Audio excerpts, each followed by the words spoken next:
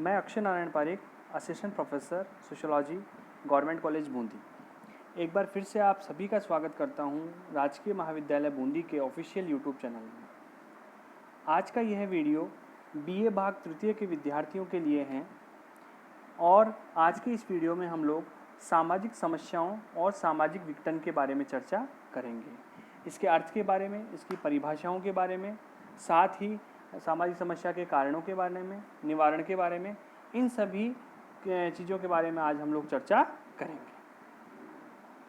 सबसे पहले तो देखने की बात यह है कि सामाजिक समस्याएं क्या है, क्योंकि हम लोग जब कॉमन लैंग्वेज में हम कहते हैं कि सामाजिक समस्या, तो क्या सामाजिक समस्या का अर्थ है, किस प्रकार से सामाजिक समस्या व्यक्तिगत समस्या से भिन्न है एवं वास्तव में किन समस्याओं को हम सामाजिक समस्याओं की श्रेणी में डाल सकते हैं।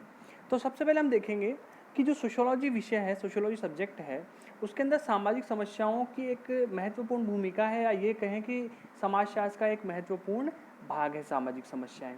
क्यों? क्योंकि किसी भी समाज में, किसी भी समय में, किसी भी परिस्थिति में कभी भी हमारा समाज समस्याओं से पूर्णतः मुक्त नहीं रहा है।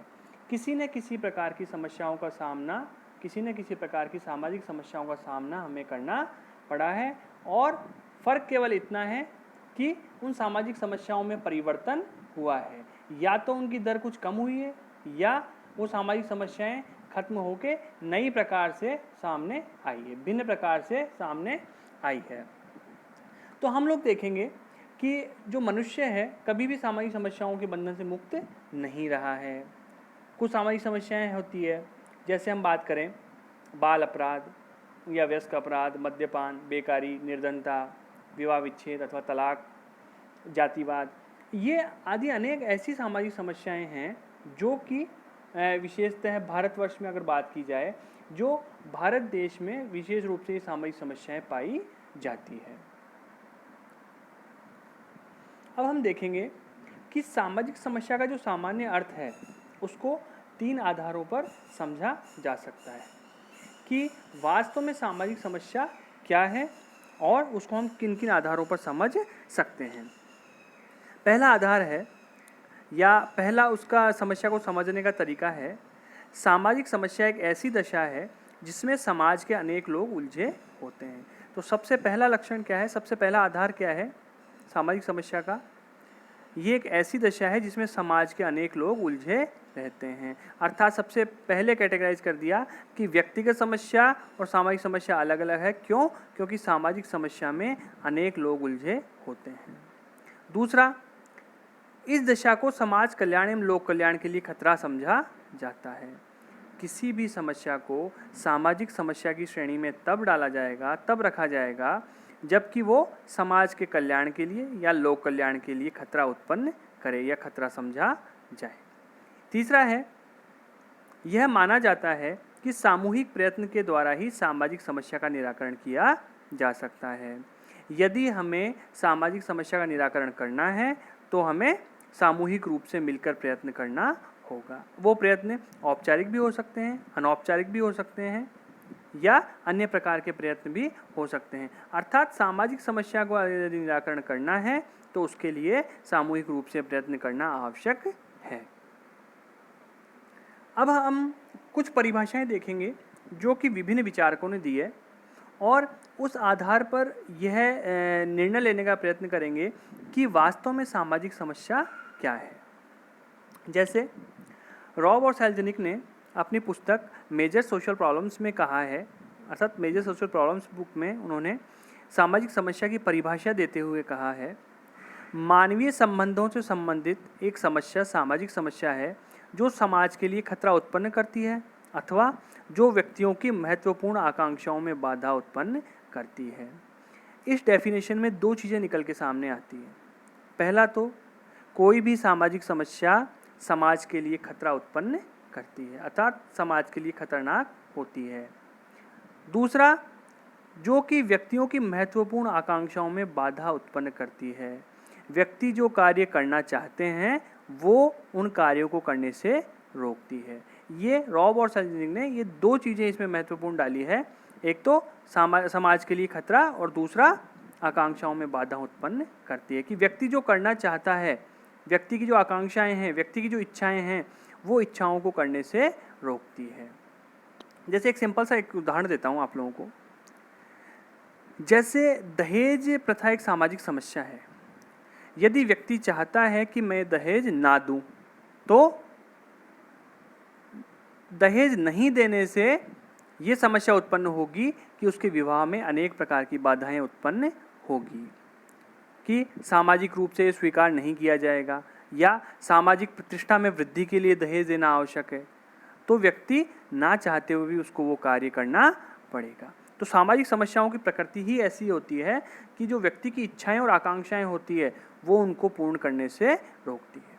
दूसरा, पॉल लैंडिस ने अपनी पुस्तक सोशल प्रॉब्लम्स में कहा कि सामाजिक समस्याएं व्यक्ति के कल्याण संबंधी अपूर्ण आकांक्षाएं हैं। सेम वही बात इन्होंने कही, थोड़ी सी अलग तरीके से कही कि व्यक्ति की कल्याण संबंधित अपूर्ण आकांक्षाएं, अर्थात वो इच्छाएं, वो आकांक्षाएं जो कि व्यक्ति अपने कल्याण के लिए, अपने भले के लिए आवश्यक समझता है, उनमें बाधाएं जो उत्पन्न करती है वो सामाजिक समस्याएं कहलाती है। तीसरा, डब्ल्यू एल एस वीवर के अनुसार सामाजिक समस्या एक ऐसी दशा है जो चिंता, तनाव, संघर्ष तथा निराशा उत्पन्न करती है। अब यदि हम इस परिभाषा पर गौर करेंगे तो इन्होंने एक तरह से सामाजिक समस्याओं के परिणाम बता दिए हैं कि व्यक्ति की आकांक्षाओं में यदि कमी होगी, व्यक्ति की इच्छाएं और आकांक्षाएं पूरी नहीं होगी, तो उससे क्या होगा, एक ऐसी दशा उत्पन्न होगी जिससे व्यक्ति में चिंता, तनाव, संघर्ष और निराशा की भावनाएं उत्पन्न होगी। इस प्रकार से अनेक सामाजिक विचारकों ने सामाजिक समस्याओं को परिभाषित किया है। अब हम देखेंगे इन सभी परिभाषाओं के आधार पर हम ये देखने का प्रयत्न करेंगे कि वास्तव में सामाजिक समस्याओं में कौन कौन से ऐसे तत्व हैं या सामाजिक समस्याओं के अंतर्गत कौन कौन से तत्व आते हैं। पहला है, सामाजिक समस्या एक ऐसी दशा है जो व्यक्ति एवं समाज दोनों के विकास में बाधक है। अब जब सामाजिक विकास किसी समस्या से बाधित होगा तो स्वतः ही व्यक्तिगत विकास में बाधा उत्पन्न होगी। दूसरा है, किसी सामाजिक दशा को सामाजिक समस्या तब कहा जा सकता है जब सामान्य लोगों में उसके प्रति जागरूकता पाई जाए। अच्छा, किसी भी सामाजिक दशा को हम सामाजिक समस्या कब कहेंगे? जब लोगों को उससे प्रॉब्लम हो, लोग जब उसके प्रति जागरूक हो और लोग ये मानने लगे कि ये हमारे लिए सामाजिक समस्या है। अर्थात सामाजिक समस्या होने के लिए भी लोगों की जागरूकता का होना आवश्यक है। यदि लोगों को ये पता ही नहीं होगा, अगर लोग ये जान ही नहीं पाएंगे कि वास्तव में सामाजिक हमारे लिए समस्या क्या है, तो उसे हम सामाजिक समस्या की श्रेणी में नहीं रख सकते। तीसरा है, सामाजिक समस्याओं के नियंत्रण के लिए सामाजिक नियंत्रण की आवश्यकता होती है। अब जैसे हमने बात की कि सामाजिक समस्याएं संपूर्ण समूह से संबंधित होती है, अर्थात ये किसी एक व्यक्ति से संबंधित नहीं है, यह संपूर्ण समूह से संबंधित होती है। तो जब कोई समस्या संपूर्ण समूह से संबंधित होगी तो उसके नियंत्रण के लिए भी सामाजिक नियंत्रण की आवश्यकता होगी, अर्थात सामूहिक नियंत्रण की आवश्यकता होगी। चौथा है, सामाजिक समस्या आवश्यकता की पूर्ति में बाधा उत्पन्न करती है। जैसा कि सभी विचारकों ने लगभग इसको सम्मिलित किया है कि जो व्यक्ति की आवश्यकताएं हैं, जो समाज की आवश्यकताएं हैं, उनकी पूर्ति में सामाजिक समस्याओं के द्वारा बाधा उत्पन्न की जाती है। अब हम लोग देखेंगे कि व्यक्तिगत और सामाजिक समस्या कि क्या हर समस्या सामाजिक है या हम कुछ समस्याओं को व्यक्तिगत श्रेणी में डाल सकते हैं और कुछ समस्याओं को सामाजिक श्रेणी में डाल सकते हैं। तो हम लोग देखेंगे कि ये समस्याएं क्या है और इन दोनों में क्या अंतर है। व्यक्तिगत समस्या का तात्पर्य उस समस्या से है जिसका संबंध व्यक्ति विशेष से होता है, अर्थात जब किसी व्यक्ति के विकास और प्रगति में कोई समस्या बाधा उत्पन्न करती है तो वो व्यक्तिगत समस्या कहलाती है। और जब कोई समस्या संपूर्ण समाज से संबंधित होती है या किसी समस्या किसी दशा के द्वारा संपूर्ण समाज प्रभावित होता है या संपूर्ण समाज के विकास में बाधा उत्पन्न होती है तो उस समस्या को सामाजिक समस्या की श्रेणी में डाला जाता है। अब हम लोग देखेंगे कि व्यक्तिगत समस्या और सामाजिक समस्या में क्या अंतर होता है। पहला अंतर है, व्यक्तिगत समस्या का संबंध विशेष व्यक्ति तक सीमित होता है, जबकि सामाजिक समस्या का विशेष समुदाय या समाज से। ये बिल्कुल क्लियर है, इसको हम डिफ्रेंशिएट कर सकते हैं बिल्कुल कि व्यक्तिगत समस्या क्या है, जो कि व्यक्ति विशेष को या किसी एक व्यक्ति को अथवा कुछ व्यक्तियों को प्रभावित करे या उसका प्रभाव कुछ व्यक्तियों पर या एक व्यक्ति विशेष पर पड़े। और सामाजिक समस्या क्या होगी, जब किसी समुदाय विशेष पर या संपूर्ण समाज पर उस सामाजिक समस्या का नकारात्मक प्रभाव पड़े, तब उसे सामाजिक समस्या की श्रेणी में रखा जाता है। दूसरा है, व्यक्तिगत समस्या को निराकरण का प्रयास व्यक्तिगत होता है। व्यक्तिगत समस्या के निराकरण का प्रयास कैसे होता है, व्यक्तिगत होता है, जबकि सामाजिक समस्या के निराकरण का प्रयास सामूहिक होता है। यदि मैं बात करूं, हमारी बात करूं या आप लोगों की बात करूं कि विद्यार्थियों के लिए व्यक्तिगत समस्या क्या है कि उनको पढ़ना है या उनको अच्छे अंकों से पास होना है, तो ये अच्छे अंकों से पास होने के लिए उन्हें व्यक्तिगत रूप से कार्य करना पड़ेगा या व्यक्तिगत रूप से उनको एफर्ट करने पड़ेंगे। जबकि सामाजिक समस्याओं में क्या होता है, सामाजिक समस्याओं में चाहे वो बाल अपराध हो, दहेज प्रथा हो, मद्यपान हो, इसके निराकरण के लिए सामूहिक रूप से प्रयास किया जाता है। तीसरा है, व्यक्तिगत समस्या व्यक्ति के विकास में तथा सामाजिक समस्या समाज के विकास और प्रगति में बाधक है। यदि हम इसको ऐसे समझें कि सामाजिक समस्या के द्वारा व्यक्ति भी प्रभावित होता है, क्योंकि यदि समाज किसी समस्या से प्रभावित होगा तो व्यक्ति भी प्रभावित होगा। परंतु यदि व्यक्तिगत समस्या की बात की जाए तो व्यक्तिगत समस्या व्यक्ति के विकास और प्रगति में बाधा उत्पन्न करती है। चौथा है, व्यक्तिगत समस्या के जन्म के लिए व्यक्ति स्वयं अथवा कुछ व्यक्ति उत्तरदायी होते हैं, जबकि सामाजिक समस्या के लिए अनेक व्यक्ति या पूरा समुदाय उत्तरदायी होता है।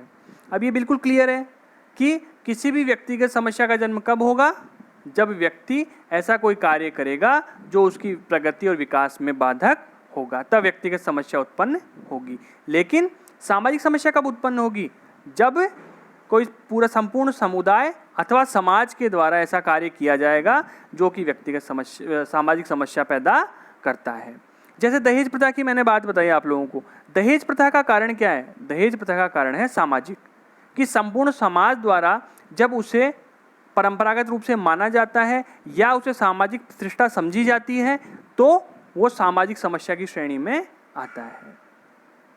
अगला है, व्यक्तिगत समस्या के परिणाम स्वरूप व्यक्ति में असंतुलन और विघटन उत्पन्न होता है, जबकि सामाजिक समस्या के परिणाम स्वरूप सामाजिक संरचना एवं संगठन अस्त व्यस्त हो जाता है। तो ये स्पष्ट है बिल्कुल कि यदि व्यक्तिगत समस्या होगी तो व्यक्ति का विघटन होगा, व्यक्ति में असंतुलन आएगा, व्यक्ति का मानसिक असंतुलन ठीक नहीं रहेगा उसकी समस्या के फलस्वरूप। जबकि सामाजिक समस्या होगी तो क्या होगा, जो सामाजिक संरचना है और संगठन है वो अस्त व्यस्त हो जाएगा या वो उससे प्रभावित होगा। अब हम लोग देखेंगे कि सामाजिक समस्याओं के कारण क्या क्या हैं, कि ऐसे कौन से कारण हैं जो समाज में सामाजिक समस्याओं को उत्पन्न करते हैं। तो रॉब और सेल्जनिक ने ये जो कारण दिए हैं, 5 कारण दिए हैं, जिनमें से पहला है, जब किसी संगठित समाज के सदस्यों में संबंधों को व्यवस्थित करने की योग्यता समाप्त हो जाती है तो सामाजिक समस्याएं उत्पन्न होती है। अर्थात जब समाज संगठित है और उसके सदस्यों में संबंधों को व्यवस्थित करने की योग्यता, मतलब वो आपस में संबंधों में तालमेल नहीं रख पाते, उन संबंधों के अंदर संतुलन नहीं रख पाते, तो ये जो असंतुलन की स्थिति है वो सामाजिक समस्याओं को जन्म देती है। दूसरा है, जब सामाजिक समस्याओं में विचलन एवं विघटन पैदा होता है तो सामाजिक समस्याएं उत्पन्न होती है। अर्थात जब सामाजिक संस्थाएं, हमारी विवाह हो, परिवार हो या अन्य कोई संस्था हो, इनके अंदर जब विचलन और विघटन पैदा होता है, अर्थात ये टूटते हैं अथवा इनमें किसी प्रकार की ऐसी चीज़ें सम्मिलित हो जाती है जो कि व्यक्ति की आकांक्षाओं के अपोजिट है या विरुद्ध है, तो सामाजिक समस्याएं उत्पन्न हो जाती है। तीसरा है, जब समाज के लोग कानूनों का उल्लंघन करने लगते हैं तो सामाजिक समस्याएं उत्पन्न होती है। अच्छा, इसमें जानने की चीज़ ये है कि कानून बने होते हैं सामाजिक नियमों को, कानूनी नियमों को का पालन करवाने के लिए। यदि बात करें कि औपचारिक और अनौपचारिक कानूनों की, जो कि हम दूसरे अध्याय में पढ़ेंगे, तो किसी भी, चाहे सामाजिक हो चाहे कानूनी हो, वो कानून समाज में बने होते हैं। किस लिए? सामाजिक नियंत्रण स्थापित करने के लिए। और जब व्यक्ति उन कानूनों का उल्लंघन करने लगता है तो सामाजिक समस्याएं उत्पन्न होती है। चौथा है, जब लोगों की समाज से अपेक्षाएं बदलती है तो सामाजिक समस्याएं पैदा होती है। हम देखेंगे कि किसी भी सामाजिक समस्याएं हमेशा समय और स्थान के सापेक्ष होती है, अर्थात समय और स्थान के अनुसार बदलती रहती है। हम देखेंगे कि एक सामाजिक समस्या कुछ समय पूर्व वो सामाजिक समस्या नहीं थी, जबकि वर्तमान में देखेंगे तो वो एक विकराल सामाजिक समस्या है। अथवा हम देखेंगे कि कुछ स्थानों पर अलग सामाजिक समस्याएं हैं एवं कुछ स्थानों पर अलग सामाजिक समस्याएं हैं। तो ये जो सामाजिक समस्याएं समय और स्थान के अकॉर्डिंग बदलती रहती है, तो इससे क्या होता है? समाज की अपेक्षाएं बदलती रहती है और इससे सामाजिक समस्याओं में बढ़ोतरी होती है या सामाजिक समस्याएं पैदा होती है। पांचवा है, जब सामाजिक मूल्यों का स्थानांतरण रुक जाता है तो सामाजिक समस्याएं पैदा होती है। अच्छा, किसी भी सामाजिक समस्या के जन्म लेने से या उत्पन्न होने में सबसे जो इम्पोर्टेंट जो भूमिका अदा करता है वो होता है जो संस्कृति है या जो सामाजिक मूल्य हैं उनका जो हस्तांतरण है पीढ़ी दर पीढ़ी, वो जब रुक जाता है तो सामाजिक समस्याओं की स्थिति पैदा होती है। इसको एग्जाम्पल से हम लोग समझेंगे। जैसे लिव इन रिलेशनशिप या सहज जीवन का कंसेप्ट है कि विवाह की आवश्यकता ही महसूस नहीं की जाती है। अब जब आधुनिक समय में विवाह की आवश्यकता महसूस नहीं की जाती है, जबकि जो पुरानी पीढ़ी है उनके द्वारा उसकी आवश्यकता महसूस की जाती है, तो जब दोनों के हितों में टकराव होता है तो अनेक सामाजिक समस्याएं पैदा होती है। इसी प्रकार पॉल लैंडिस ने भी सामाजिक समस्याओं के 4 कारण बताए हैं, जिनमें व्यक्तिगत समायोजन में असफलता, अर्थात जब व्यक्ति अपने आप से समायोजित नहीं हो पाता, स्वयं को समाज से नहीं जोड़ पाता, तो और संतुलन गड़बड़ा जाता है तो सामाजिक समस्या उत्पन्न होती है। दूसरा है सामाजिक संरचनाओं में दोष उत्पन्न होना, कि समाज की जो संरचनाएं हैं, समाज की जो ढांचा है, चाहे वो सामाजिक ढांचा हो, आर्थिक ढांचा हो, ये जब इसमें जब दोष उत्पन्न हो जाता है, इनमें जब असंतुलन उत्पन्न हो जाता है तो सामाजिक समस्याएं उत्पन्न होती है। तीसरा है संस्थागत समायोजन में असफलता, कि विभिन्न संस्थाएं हैं उनमें जब समायोजन नहीं हो पाएगा, आपस में तालमेल नहीं रह पाएगा, उनके हितों में टकराव होगा तो स्वतः ही सामाजिक समस्याओं का जन्म होगा। सामाजिक नीतियों में संस्थागत विलंबना, अर्थात सामाजिक नीतियों का बनना और उनका लागू होना, उन दोनों में जो विलंब होता है अथवा उन दोनों में जो उनकी जो गति है उनमें जो अंतर आता है वो सामाजिक समस्याओं के लिए उत्तरदायी होता है। पॉल लैंडिस ने ये 4 कारण बताए हैं।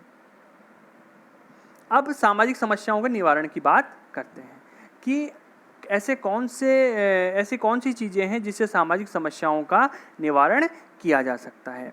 अब यदि हम वैश्विक स्तर पर बात करें तो हम देखेंगे कि विभिन्न प्रकार की सामाजिक समस्याएं, चाहे गुलामी प्रथा हो, स्वास्थ्य संबंधी समस्याएं हो, श्रमिकों की समस्याएं हो, बाल श्रम की समस्या हो, निर्धनता हो, बेकारी हो, ये सभी समस्याएं अनेक देशों में नियंत्रित हुई है। जैसे विकसित देश हैं उनमें इस समस्याओं पर नियंत्रण पाया गया है, लेकिन उन्हीं देशों में समय के साथ साथ नई समस्याओं का जन्म हो गया है।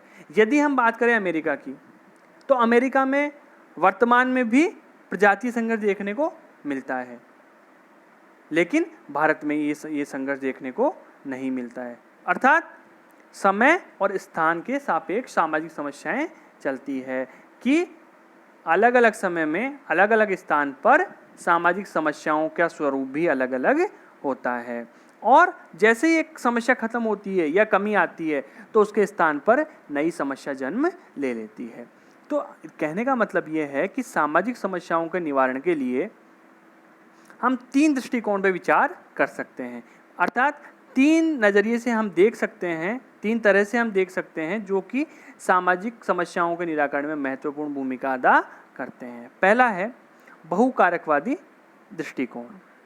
अच्छा, इसके अनुसार क्या होता है, ये सामाजिक समस्या का जन्म किसी एक कारण से नहीं मानता है। इस दृष्टिकोण के अनुसार सामाजिक समस्या का किसी भी सामाजिक समस्या का जन्म एक कारक से नहीं होता है या किसी भी सामाजिक समस्या के पीछे एक कारण नहीं होता है, उसके पीछे अनेक कारण होते हैं। जैसे एग्जाम्पल हम देखें, यदि हम बात करें, यदि हम एग्जाम्पल एक लें कि जो टूटे परिवार हैं वो बाल अपराध के लिए उत्तरदायी होते हैं, लेकिन यदि हम इसका दूसरा पक्ष देखेंगे तो बाल अपराध के लिए अनेक कारण हैं जो कि उत्तरदायी होते हैं। ये आवश्यक नहीं है कि टूटे परिवार या विघटित परिवार ही बाल अपराध के लिए उत्तरदायी हो, अनेक ऐसे कारण हैं जो कि बाल अपराध के लिए उत्तरदायी होते हैं। दूसरा है पारस्परिक संबंध। इसका तात्पर्य क्या है, जब विभिन्न सामाजिक समस्याओं के एक दूसरे के घनिष्ठ रूप से संबंधित होने से, अर्थात जब विभिन्न सामाजिक समस्याएं एक दूसरे से घनिष्ठ रूप से संबंधित होती है और उससे क्या होता है, उसके परिणाम स्वरूप, जैसे इसका एग्जाम्पल लें हम लोग कि जैसे अस्पृश्यता है ना, उसका अंत करने के लिए सभी को सामाजिक प्रगति का समान अवसर दिया जाए। एक तो ये होगा कि अस्पृश्यता का अंत कैसे होगा कि सभी को अपनी योग्यता के अनुसार कार्य दिया जाए, उनको विकास और प्रगति का समान अवसर दिया जाए, लेकिन इसके साथ साथ ही जो पूर्व धारणाएं हैं अस्पृश्यता से संबंधित, जो पूर्व धारणाएं हैं उनको दूर किए जाने का प्रयास करना चाहिए। अर्थात अनेक कारण होते हैं इसके, जैसे हमने बात की पारस्परिक की, एक कारण दूसरे कारण से संबंधित होता है, कभी भी एक कारण अकेला काम नहीं करता है, उसके दूसरे पक्ष को भी देखना आवश्यक होता है। तीसरा है सापेक्षिकता।